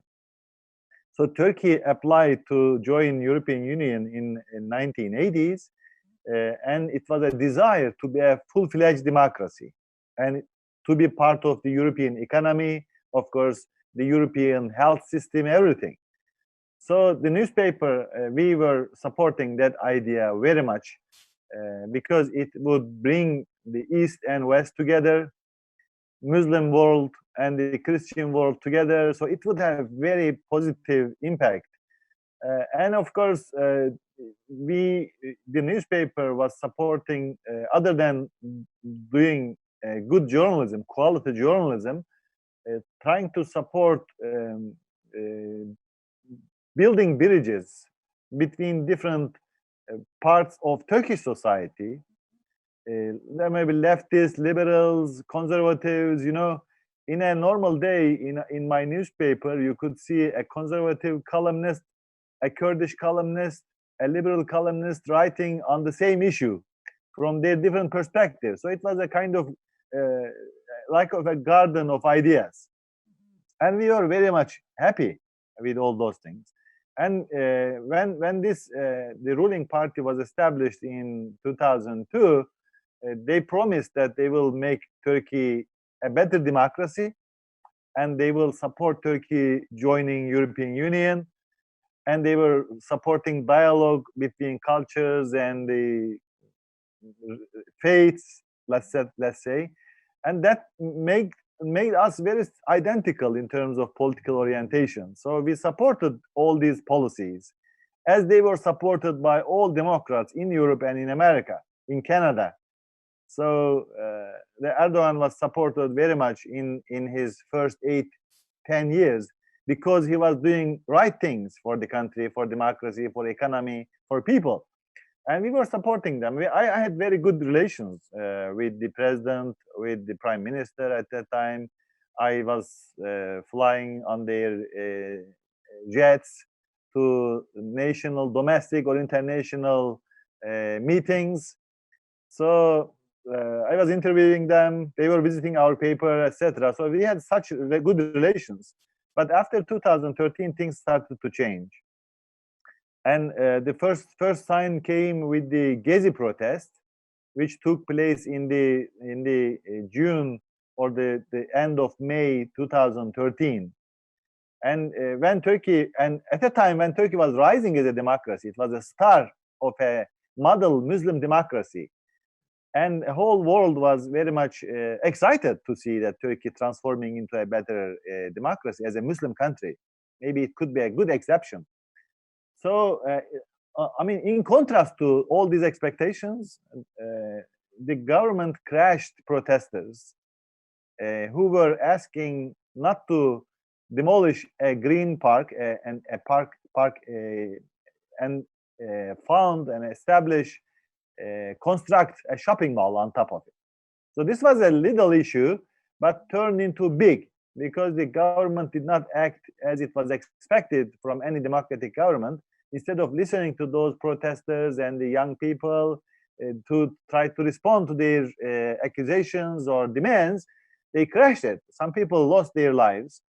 And there was a very interesting event at the time that the CNN International, BBC, and whole international media was covering those protests. The Turkish media like the CNN affiliated CNN Turk was broadcasting a penguin documentary. This was ridiculous, of course, but because they do it, not it is journalism, but it is because of fear. So the Erdogan made some phone calls not to show those protests. He was trying to contain them. So this was the beginning of a new era for Turkey. We are talking about 2013, 7 years ago. And lots of journalists were purged and fired from their jobs who continued to be critical of these harsh measures against democratic people, against people using their democratic rights. So people lost their jobs in the media, and we started to feel that this is another AKP, another Erdogan. So at the end of the same year, there has been a corruption investigation which revealed that the Erdogan's family and his ministers involved in a scheme that involved getting bribes in return to helping a Turkish-American businessman to help Iran to sell its oil to international markets, because Iran was under sanctions. So Turkey was giving that service to Iran, Turkish government, and in return they were being paid bribes to shut their eyes or to use Turkish banks and Turkish bureaucratic mechanisms to hide that international sanction evasion act, which is illegal domestically and internationally. So when we covered that story, when we published about the corruption allegations, and we were critical of this new orientation of one-man rule or authoritarianism, autocracy, then we became the enemy of the Erdogan and his government. They canceled our press cards. They called people boycott our newspaper, not to buy the newspaper. Our subscribers who were closer to Erdogan's political line, they canceled their subscriptions. So we were getting more visitors from tax inspection division of the government. A lot of things. So even Erdogan was calling some business people not to purchase advertisement from our company. And of course, there are lots of court cases against our reporters, our institution. So all of them was to silence us or to make us a mouthpiece or a puppet of government. And we resisted that pressure, and it continued until 2016. 3 years. So 3 years of a harsh struggle, a government defining you as enemy and then doing everything possible at their disposal. And then we were trying to survive under economic pressures, the judicial pressures, death threats, etc. So we did not change our political orientation. And I am very proud of that, meanwhile. And in March 2016, with a kangaroo court decision, they said they are appointing trustees to the board of our company. Wow. And they came with a brutal police force. They occupied our headquarters in Istanbul, and they kicked us out, the editors. I was the CEO of the company that had a news agency, and the most popular newspaper, an English daily newspaper, a lot of media outlets that we were managing. I was trying to manage. So in 24 hours, they hired another mouthpiece journalist, and then they changed the newspaper into a government-oriented paper. And our readers protested. The newspaper circulation was 700,000 before they occupied our newspaper, and it dropped to 5,000. So in 1 week. So this was a very big failure, and it's a very dark day for our democracy, for our country. But this turned to be a routine for the Erdogan government, And before us, they shut down 16 channels of the Samanyolu Media Group. Before that, they shut down Bugün Media Group in 2015. Maybe some couple of months before they shut down our newspaper. So they appointed their trustees to the board, and they hired, as I said, another editor. And the newspaper changed 180 degrees in terms of its policies and its editorial approach. But this did not satisfy Erdogan. So for 4 months, 5 months, they continued like that. But when coup happened, when this notorious coup attempt happened in July 15, 2016, same year, they shut down the newspaper altogether, and 200 more TV channels, news agencies, radio stations, and from different backgrounds. I mean, leftists, liberals, Kurdish, whoever has been critical were silenced indeed in the aftermath of the coup attempt. And they raided my home to arrest me on 23rd of July, just maybe 10 days after the coup. But I already left the country in the beginning of April this year, April 2016. So luckily I was not there, I was not arrested. But a lot of my friends whom I was working for years were arrested. Some of them are still in jail for 4 years now. Some of them got life sentences, including our chief designer. You know, a designer has nothing to do with politics if it is a political dispute. So he was our designer, a very talented artist indeed. But they jailed him. They gave him a life sentence. And he's then in the appeal process, they reduced it to 10 years. Now he's in solitary confinement. This is just one of the 120 journalists in jail. So I have columnists, young reporters. I have, for instance, a reporter who is in jail who started the job 2 years ago. So I was a talented journalist, but for nonsense reasons, they are in jail. And some of them finished their terms of punishment, but they are not released. So this is unfortunately a Turkey, a government that we were supporting, yeah, but turned into something just opposite. And my orientation, my perspective about Turkey is same. I did not change. My newspaper did not change. The government changed, and then they started to establish, create not a democracy but an autocracy. Mm-hmm. And it was impossible for me to support such a horrible change, and it is destroying country now.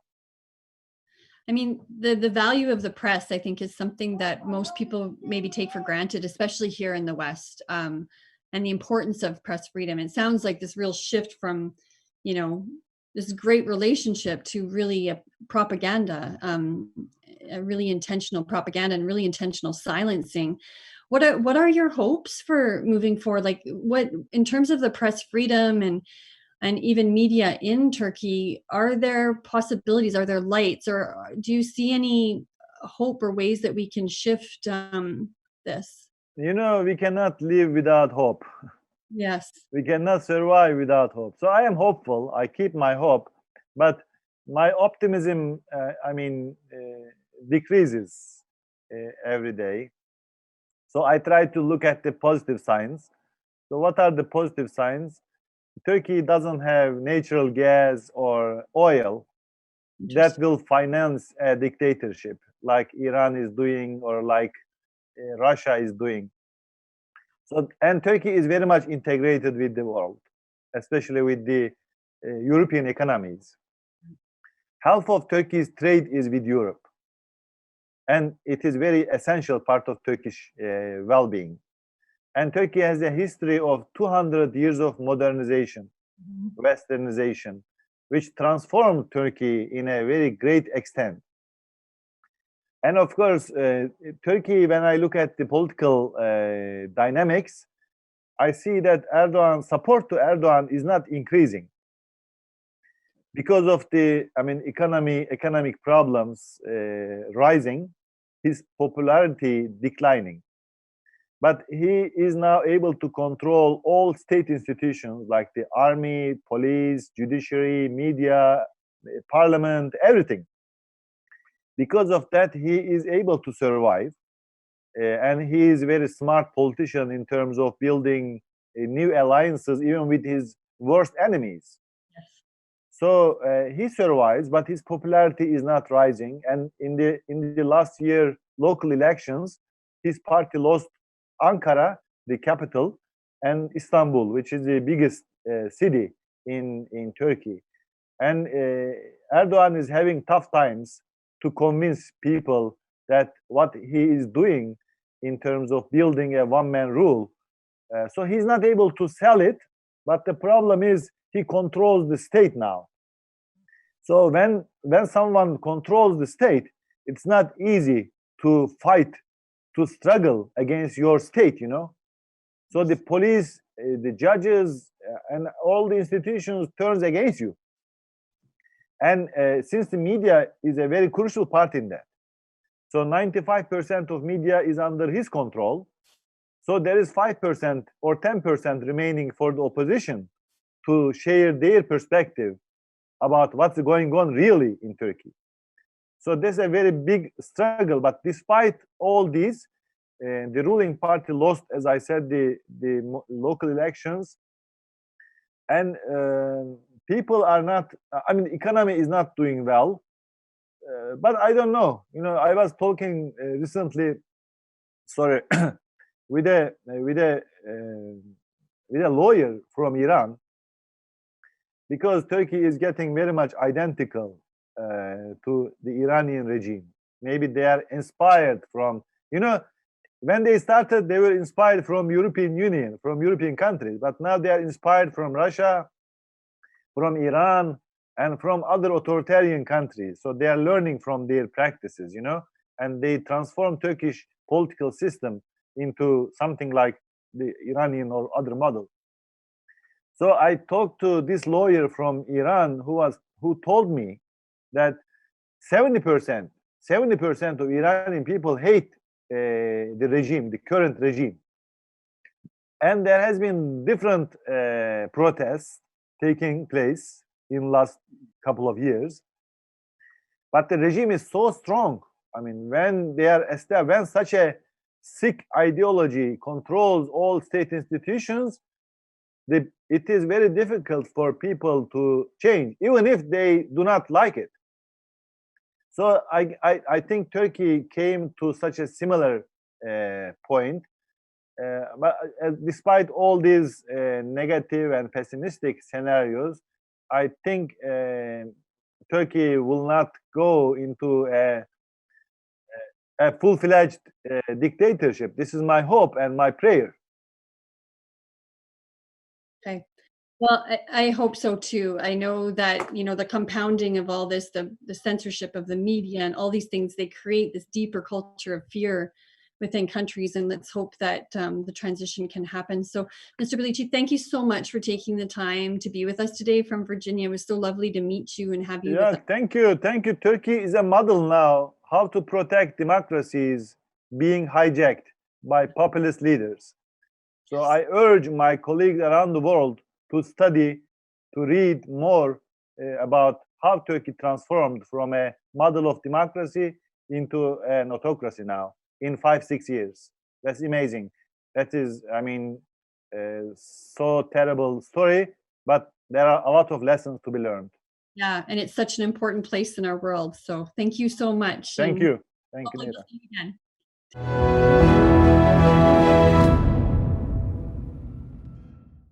Our next message comes from Mehmet Halidun, born in Elazığ, Turkey. Mehmet completed his PhD in mechanical engineering at SUNY Buffalo in the United States. But Mehmet had served as a faculty for a state and foundation university in Turkey. He was a founding chair of the mechanical engineering department and later dean of the engineering and architecture school. at Meliksa University, which was shut down by state decree right after the coup attempt in July 15, 2016. Mehmet is an accomplished and dedicated professional with extensive experience in teaching, research, and academic administration. And he's currently serving in the United States as a faculty member at a university and is married with a father of four. So we'll just pass the stage over to Mehmet to share his experience.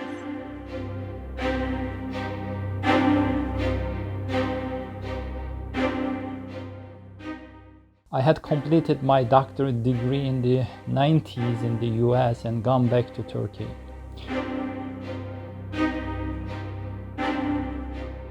I was founder chair of the mechanical engineering department and later dean of the engineering and architecture school.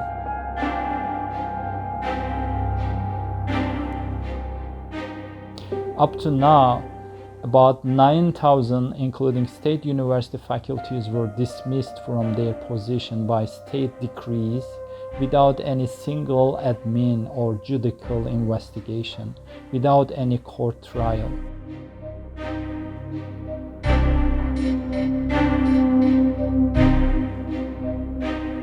I moved to the US with only my backpack without any luggage.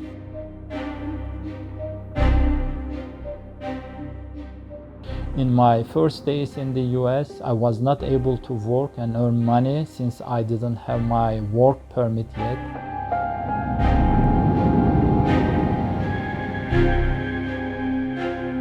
I started working as an Uber driver right after the day my work permit arrived.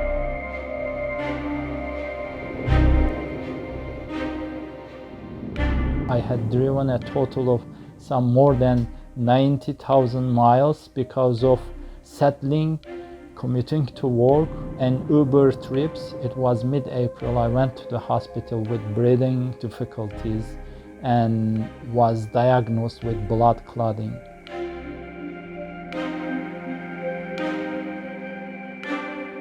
It is really hard to imagine the magnitude of this destruction. Many essential human values, cultural values, religious values of the society were trampled up.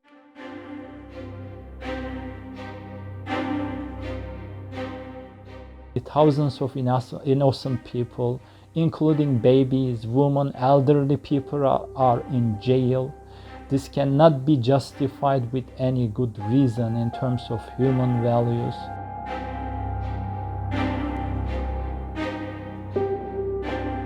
I never did anything illegal throughout my life, and I'm not a criminal, I'm not a terrorist, and I'm not a traitor.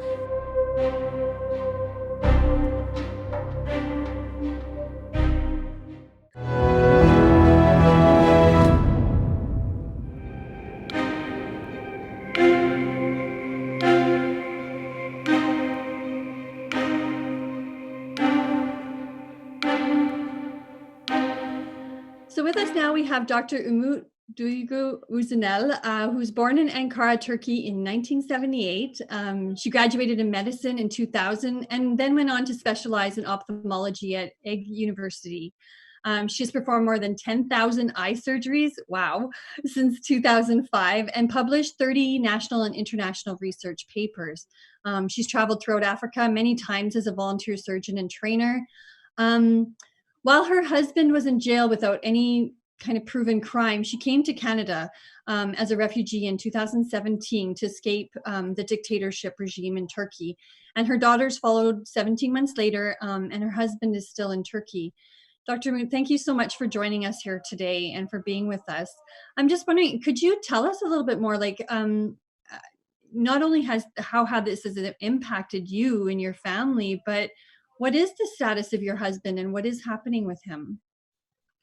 Actually, he's also a doctor, internal medicine doctor, and he was arrested without having any crime in 2017, September 2016, sorry.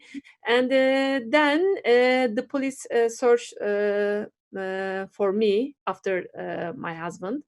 I started to hide from the police for 3-4 months in Turkey, and then I decided to escape from Turkey because there was no right, no justice in Turkey if I enter the jail, because I have muscular dystrophy. I'm a disabled person at the same time, and if I enter the jail, I couldn't go to the washroom, because for me, I need some special things in the washroom in some places, but there is no special things in jails, as you guess. Maybe many can guess this.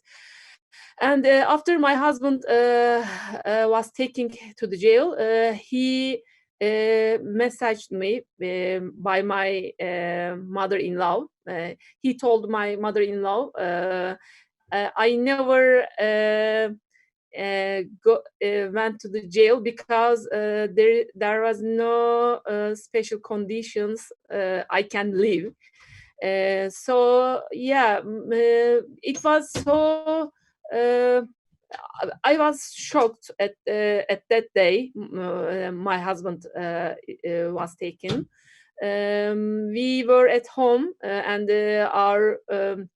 the police knocked our door while talking, while shouting us like, open the door, something like that. And then it was around 6 a.m., by the way, and we were shocked. And I have 2 daughters. That time they were 8 and 14 years old.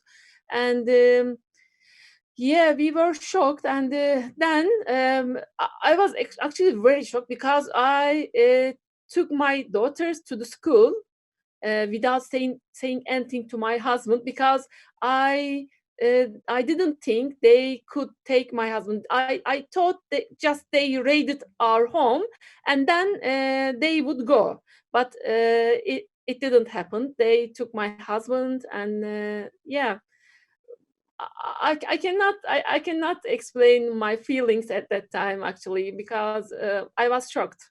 Yeah.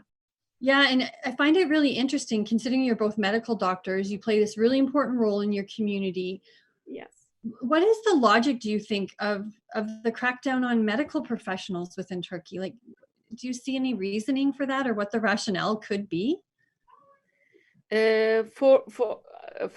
Okay. Actually, there is nothing I can explain about this, because, yeah, for example, for me, my crime, according to a government thing, my crime is to have some relationship with his Met Movement's organizations, because I was traveling to Africa with some non-profit organizations that were related to his Met Movement. Yeah, it was my crime to go to Africa with the non-profit organizations as a volunteer doctor. And how is your husband now? Is he still being detained in jail? Hopefully, he was released after seven months. He is still in Turkey, but he has banned to travel abroad. So yeah, because he doesn't have any passport, because they don't give passport to him. His court still continue, and yeah. I can imagine it's very stressful, like, as you know, not having your husband with you, your children, Yes. were with you. Yeah, actually, around 2 years ago, my daughters came to Canada, and their process was also so hard for us, because at the airport they were interrogated by the police. They are that time 16 and 10 years old, and in the police office without my husband. And my husband was outside, and he had heart attack at at the airport, and hopefully he's a doctor, and he felt his things, and he went to the emergency service, and directly he was taken to the angiography, and they placed stent in his vessels, cardiac vessels. So yeah, he had heart attack. We were shocked at that time because yeah. Yes, I can imagine. And I know even just that transition to another country and getting settled here, and you're here in Canada with me. So it's very nice to meet you. I just any last thoughts, Doctor, on what's happening in Turkey, and maybe any calls to those of us even here in Canada or the United States about, I don't think it's something that we're aware of what's happening in Turkey. It's very, I think there's so much happening around the world that it's hard to even negotiate all of the things that are going on. But what would be, any final words for people about the situation there and what we need to know and think about? Actually, I see myself. I'm lucky because luckier than other victims in Turkey, because I have many friends in Turkey. They are also doctor, also many there were in good positions like lawyers. Many people. For example, for healthcare professionals, more than 20,000 people dismissed from their job, which is huge number for Turkey healthcare system. So yeah, actually I don't know what's happening in Turkey, in the world, I can say also. And there are some bad people in the world, and they give some damage to people. I don't know why. I can't explain in my mind actually, because the world is enough to all of us. It's hard to process the rationale behind this. And I think when I hear what you're saying and just the depth of impact on the health system itself is really troubling, especially when we were we've entered into a global pandemic. So it's all so complicated. So thank you so much, Dr. Uzunel, for sharing your thoughts. Thank you having me. I'm so happy speaking with you. Our pleasure. And my best wishes to you and your family and your husband. Thank you so much. Please take care. Bye.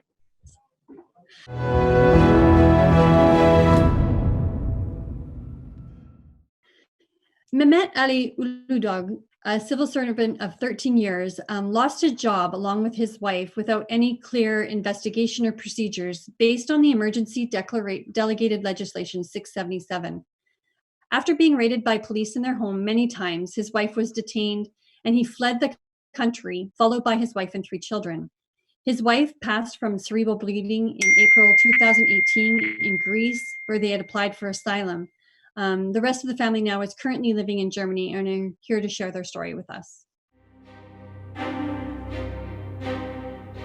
Benim ismim Mehmet Ali Uludag. Tabii bizim de normal bir hayatımız vardı Türkiye'deyken. 10 yıldan fazla devlet memurluğu yaptım. Rahmetli eşim de devlet memuruydu. Ve ardından da 677 sayılı KYK ile ben ve rahmetli eşim ihraç edildik. Tabii bundan sonra Türkiye'de ne yapabilirdik? Tam bir cadavı vardı Türkiye'de. İnsanlar nefes alamıyordu. Biz de nefes alamıyorduk. Defalarca evimize operasyon yapıldı polis tarafından ağır silahlarla. Azılı bir terörist muamelesi gördük. Dışlandık. Toplumdan bir vebalı gibi davranışlara şahit olduk.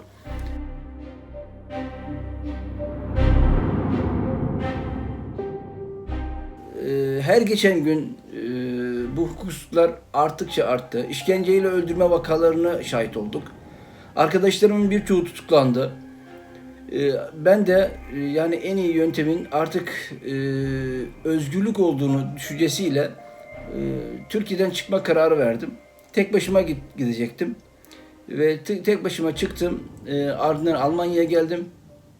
Tabii ailem Türkiye'de kalmıştı. Baskılar daha da şiddetlendi onlara yönelik. Tabii beni bulamayınca tabii bu sefer artık eşler onların hedefindeydi. Onlar da dayanamadı ve 3 çocuğuyla beraber eşim çıkmak zorunda kaldı Türkiye'den.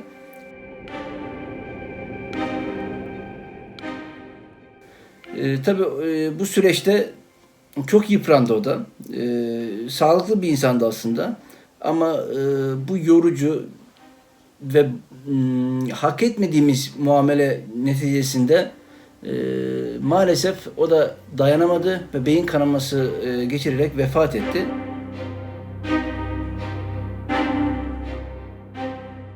Ben de burada bir mağdur olarak bu süreçte bir Gülen hareketine karşı bir zulüm yapılıyor, bir soykırım yapılıyor ve bunun neticesinde de bir müze kurduk arkadaşlarımla beraber. Ve bu müzede süreçte vefat edenler, işkenceyle öldürülen, Meriç'te Ege Denizi'nden geçerken boğularak vefat eden insanların eşyalarını sergiliyoruz bu müzemizde. Müzemiz şu anda gezici konsepte. İsmi Tenkil Müzesi. Ve ileride de umarım sabit bir binada gelecek nesillere unutturmamak için, bir daha böyle acılar yaşanmaması için bu müzemizi sabit hale getirip ibret alınacak dersler olduğu kanısındayız.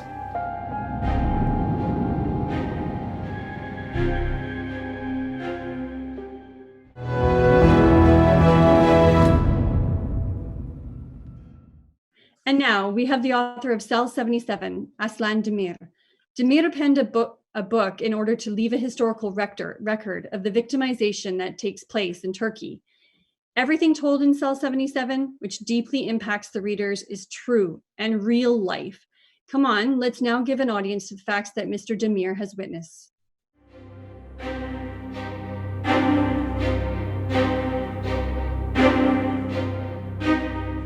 This book was saying, in 21st century, in a so-called democratic country, people were imprisoned for speaking up their minds, bringing up generations, teaching at schools. Mothers were given birth to their babies in shackles. Babies were raised in prison cells. Babies in prisons.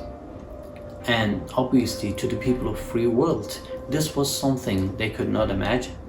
Words remain prosaic to describe the lunacy that is going on right now in Turkish prisons. Cells are overcrowded, cells are cold, no diapers, no proper food, no toys. Toys are prohibited.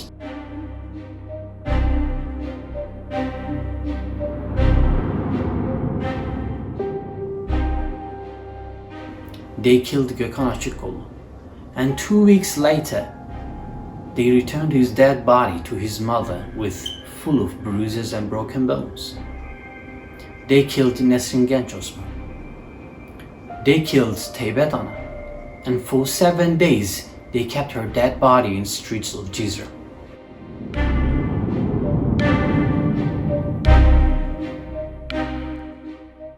People are paying smugglers to help them run away from Turkey.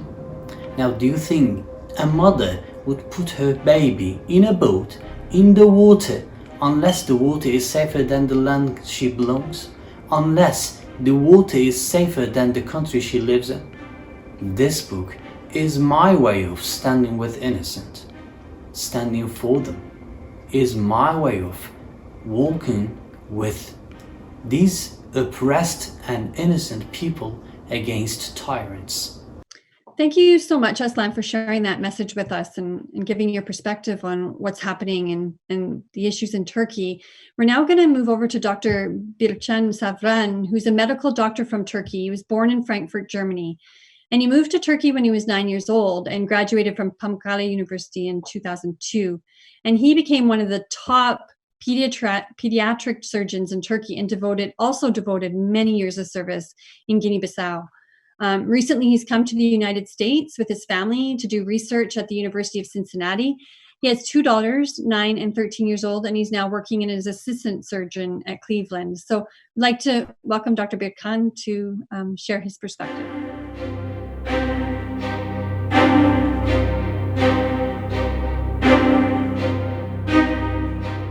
Hello, my name is Bircan.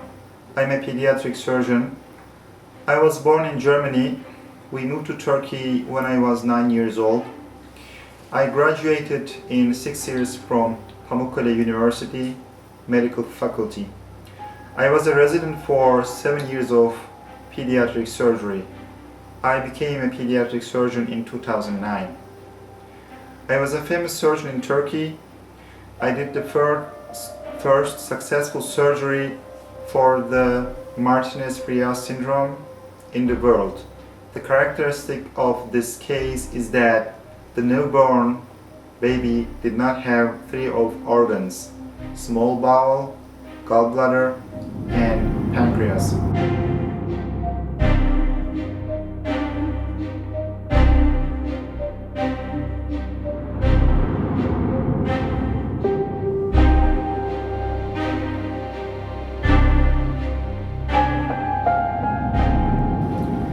I learned that the cops broke into our house in Turkey. They wanted to arrest me because I supported the Hizmet movement. The Turkish government labeled me as a terrorist.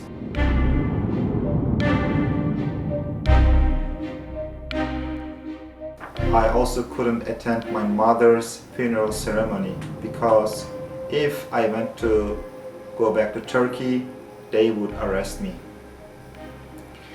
How could a person living in America for 7 months join a military coup attempt in Turkey? How could a pediatric surgeon dedicated to save children's lives for 15 years could be a terrorist? All my dreams were ruined. I was stuck with just $60 in my wallet in America. I had to start life again from $60 in the United States. I was a really successful and rich doctor, and suddenly my whole life changed to a disaster.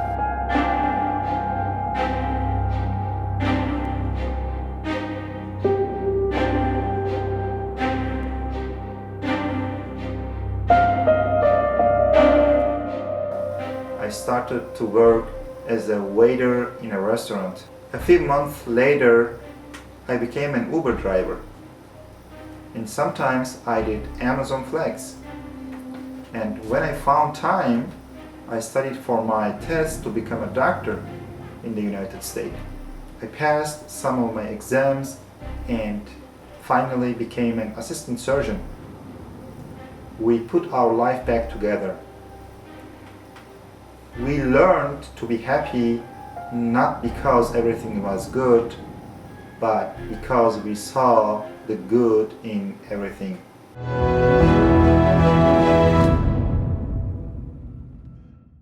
So we have many challenging and hard stories today, and we're coming close to the end of our conversation and moving into a really important person, Cemal Yildirim, who was born in 1970 in Ankara. In 1987, he entered the labor economics department in university and graduated, and he took part in the academic democratic struggle of the student movement during his student years. Cemal started working in the Ministry of Finance around 1998, and he served in unions and doing much work. But in November 2016, he was fired under the decree number 677. He had actively since then participated in union actions on the street and solidarity actions. And he's done many sittings and walking actions and continues to fight for rights on a daily basis. He has been taken into custody 300 times and fined 64 times. So one cannot underestimate his commitment to justice and freedom. He's one of the true speakers who knows the importance of continued dedication to human rights. I'm looking forward to hearing words from Cemal right now.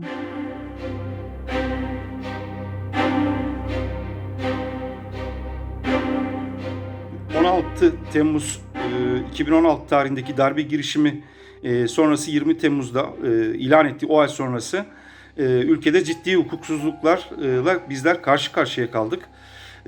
KYK'larla 120 binin üzerinde insan atıldı. Okullar kapatıldı. Üniversiteler kapatıldı. Gazeteler, dergiler kapatıldı. Ve benim gibi de 120 bin kamu emekçisi işlerinden sorgusuz sualsiz bir şekilde, hukuka aykırı bir şekilde, savunmalarımız dahi alınmadan, nelerle suçlandığımızı dahi bilmeden işlerimizden atıldık. Dönemin Adalet Bakanı suçlu olmasalar bile idari bir tasarrufla onları attık dedi. Yine bir AKP yetkilisi ağaç kabuğu yesinler dedi. Bu süreçte sadece bizleri işimizden atmakla kalmadılar. Herhangi bir işte çalışmamız engellendi. Açıkçası açık bir sivil bir ölüme mahkum edilmeye çalışılıyoruz 4 yıldır. Benim gibi 18 bin kişi hala 4 yıldır OHAL komisyonu karar vermediği için neden dolayı işimizden atıldığımızı bilmiyoruz. Bu 18 bin kişi aynı zamanda şu anda hukuki haklarını da kullanamıyor. Dava da açamıyoruz bizler. OHAL komisyonunun kararını bekliyoruz. Bu süreçte çok ciddi hak ihlalleri oldu. Bu hak ihlallerine ve bizim üzerimizde yaratılan psikolojiye dayanamayan 100'e yakın arkadaşımız intihar etti. Toplamda 538 arkadaşımız çeşitli nedenlerle hayatını kaybetti. Kimisi cezaevinde, kimisi ülkeden kaçarken yaşamını yitirdi. Çünkü bizim pasaportlarımız da iptal edildi. Yurt dışına çıkmamız yasaklandı. Bizim sosyal yardımlara erişimimiz yasaklandı. Sosyal yardımlarımız kesildi. Bizlerin bankaya para yatırması, bankadan para çekmesi yasaklandı. Adımıza gelen paraları almamız engellendi. Bizlerin kendi üzerimizde olan mülkleri satmamız engellendi. Buna benzer 117 çeşit uygulamayla resmen bir soykırıma tabi tutulmaktayız halen. Bununla birlikte bizlerin hak arama mücadelesi önünde birçok engel var. Sesimizi duyuramıyoruz. Sokakta barışçıl toplantı ve gösteri yürüyüş hakkımız idarenin fiili uygulamalarıyla birlikte engelleniyor. Ben yüzlerce defa gözaltına alındım. Barışçıl hak arama talebi gerçekleştirdiğim için hakkımda on binlerce liralık para cezası var. Yargılamalar adil olmayan yargılamalar şeklinde devam etmekte. İnsanlar yasal olarak kurulmuş sendika, dernek, banka, dershane gibi şeylere çocuklarını gönderdikleri için ya da kendileri buralarda okudukları için ya da para yatırdıkları için direkt örgüt üyeliğinden ceza almaktalar. Türkiye bir çocukların en fazla olduğu cezaevlerinde olduğu ülke haline gelmiş durumda. 783 bebek anneleriyle birlikte şu anda cezaevlerinde maalesef. Bu süreç bizim üzerimizde ciddi bir baskıyla birlikte ilerliyor. Aslında bize yönelik baskılar sadece bizi değil tüm toplumu da etkisizleştirmeye, susturmaya, korkutmaya dönük bir araca da dönüşüyor. Bizler haklarımızı aramak için mücadele etmekten vazgeçmeyeceğiz.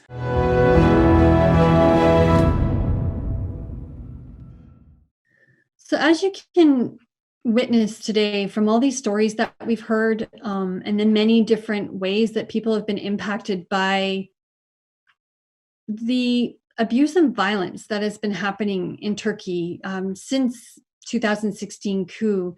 And it's been interesting to hear today the depth of the individual resilience that comes through among the people, but also how, this is impacting in so many ways, from individuals to their families to communities and much more.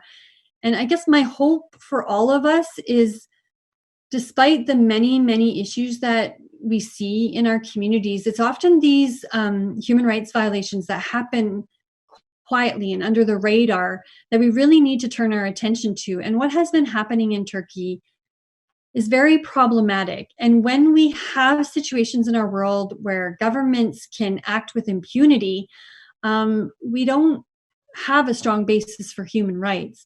Human rights are such an important foundation for us to live in peace and to live with justice and to live with dignity.